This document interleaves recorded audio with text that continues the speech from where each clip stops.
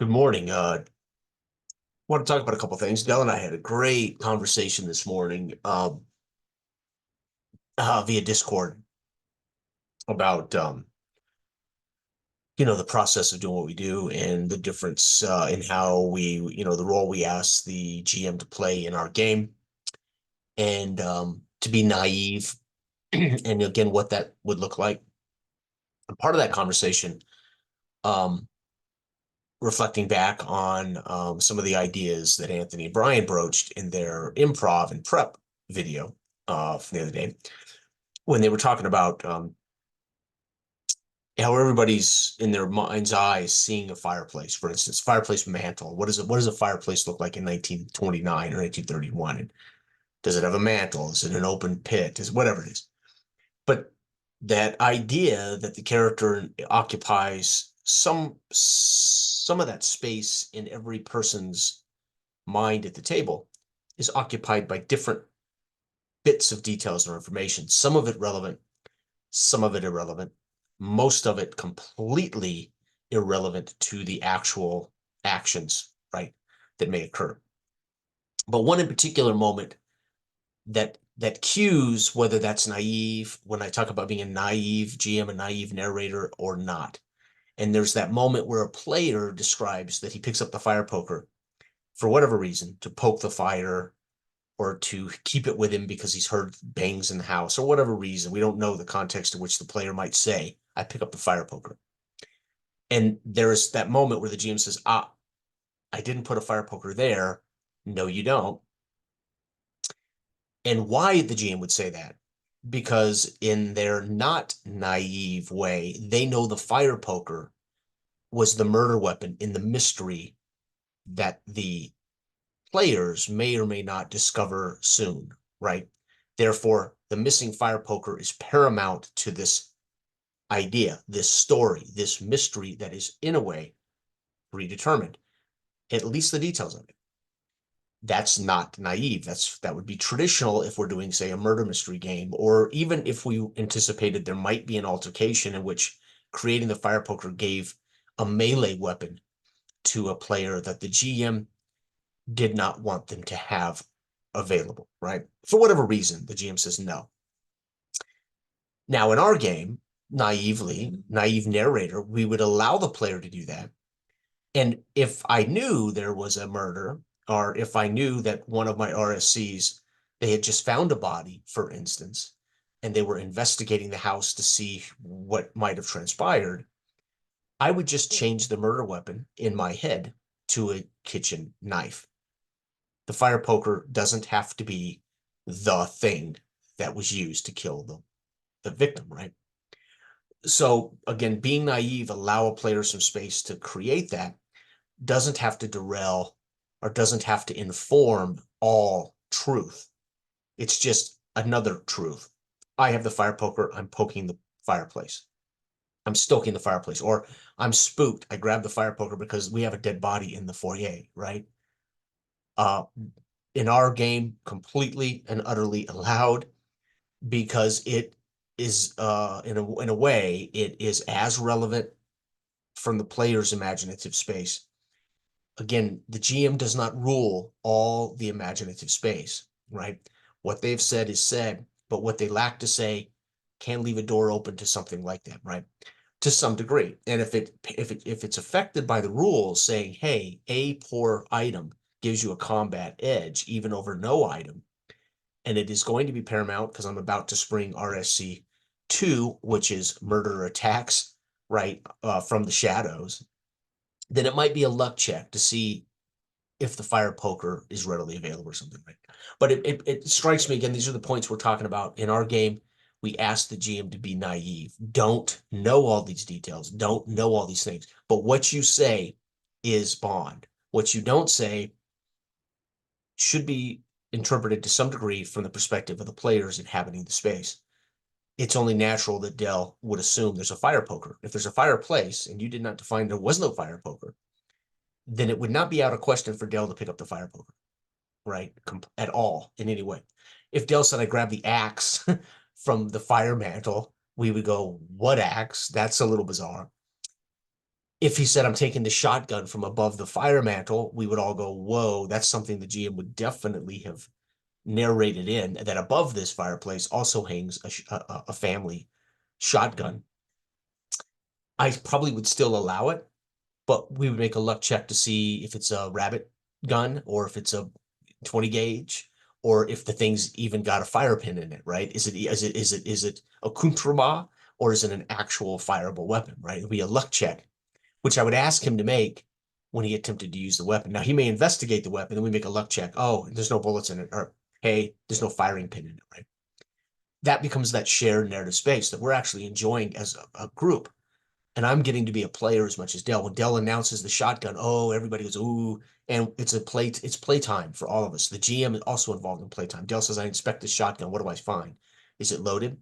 Right? Let's make a luck check. Now you've created the shotgun. Let's find out if it's loaded. Oh, right. No, it's not loaded. And looks like the firing pin. On a critical failure, I might even say, yeah, and it looks like the firing pin has been filed off, right? So you can't use it.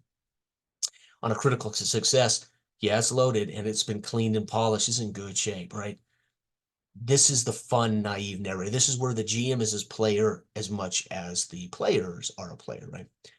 So it just strikes me that we are almost all of these videos where we talk about role playing as a hobby. We talk about how to enjoy it more, maybe from your player's perspective or from your GM's perspective. We're generally talking about this as if all the players have to change. And Dell and I are basically saying the players come, the players want know who they want to play and what they want to be and how they want to go about things. Maybe the GMs need to change. Instead of trying to train the players to be better at our table, maybe we should be rethinking how we do this role in certain games, not all games. I mean, I wouldn't ask you to play Call of Cthulhu particularly this way. I wouldn't ask you to play Pathfinder this way. But our game is saying, no, let's not constantly try to retrain players to come to our tables to get the most out of our session the way we want to control it. We're saying we want the GM to kind of change his role in our game, right?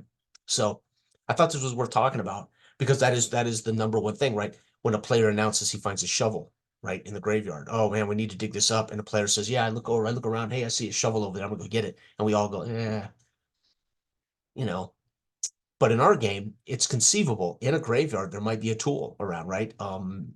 Some players might go there, some won't. Um, Depends on the style of game you want to play. If the players want to be completely naive and they want to react to an existing world, and that's the mystery for the players, that's the problem solving for the players, that's the kind of game session they want to partake in, then it would not be wise to be completely naive. And it wouldn't be wise to ask players to completely inhabit that what they're seeing in their head is as legit as what I've told them, right? But then it's my job as a GM to make sure I define the space thoroughly so they don't make assumptions that there's a fire poker, that there's a shotgun, that there's a shovel in the graveyard somewhere, right?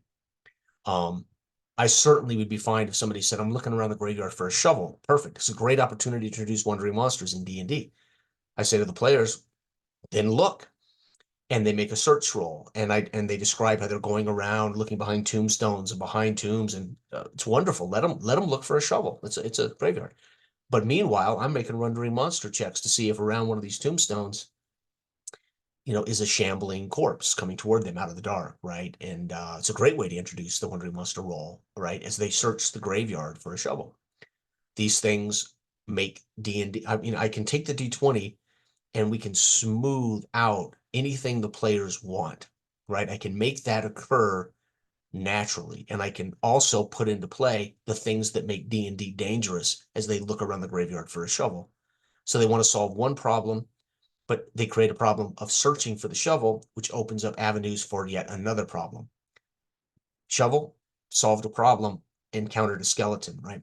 Yeah, matter of fact, there's a skeleton comes out of the dark and there's a shovel literally stuck in his ribs. So you're gonna have to kill the skeleton to get the shovel away from her. So something like that. Or yeah, out of the darkness comes a shovel wielding skeleton. Uh, you know, I could enjoy that as a GM who wants to embrace the players, as a GM who says that's cool.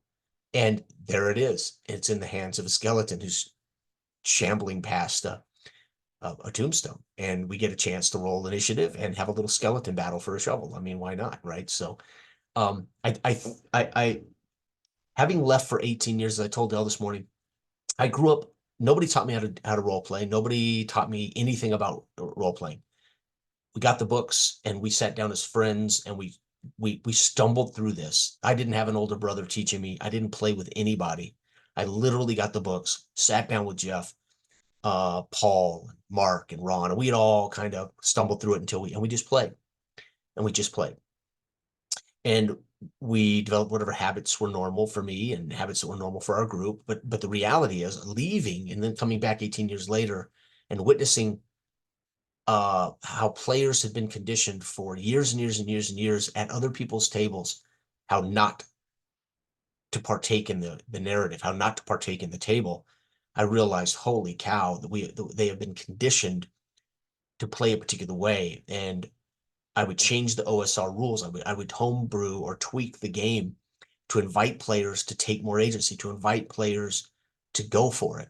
And then I realized, but then I really needed to change how I GM'd to really get the most out of inviting the players to provide some of that input, some of that action, some of that information. And therefore, the sessions in which Dale and I play tested these ideas, and then that led to the development and design of the game, the naive narrator, random seed charts, our style, and then, of course, from that, the game system that uses all these things, Dark Age of Man. And I just thought it was worth talking about because, again, they're great subjects and I love it. But it strikes me as almost all of us who are GMs who talk about the situations, we talk about it from, in a way, we want players to come to the table ready to play our game. We want them to come to the table, in a way, retraining themselves how to play at our table. And I think that's good, but I think sometimes that, wait a minute, it depends on what we want. Maybe we should be rethinking how we GM some of these games, right? Especially if the system is predicated upon inviting the players to take a larger role, right? So anyway, thanks for watching.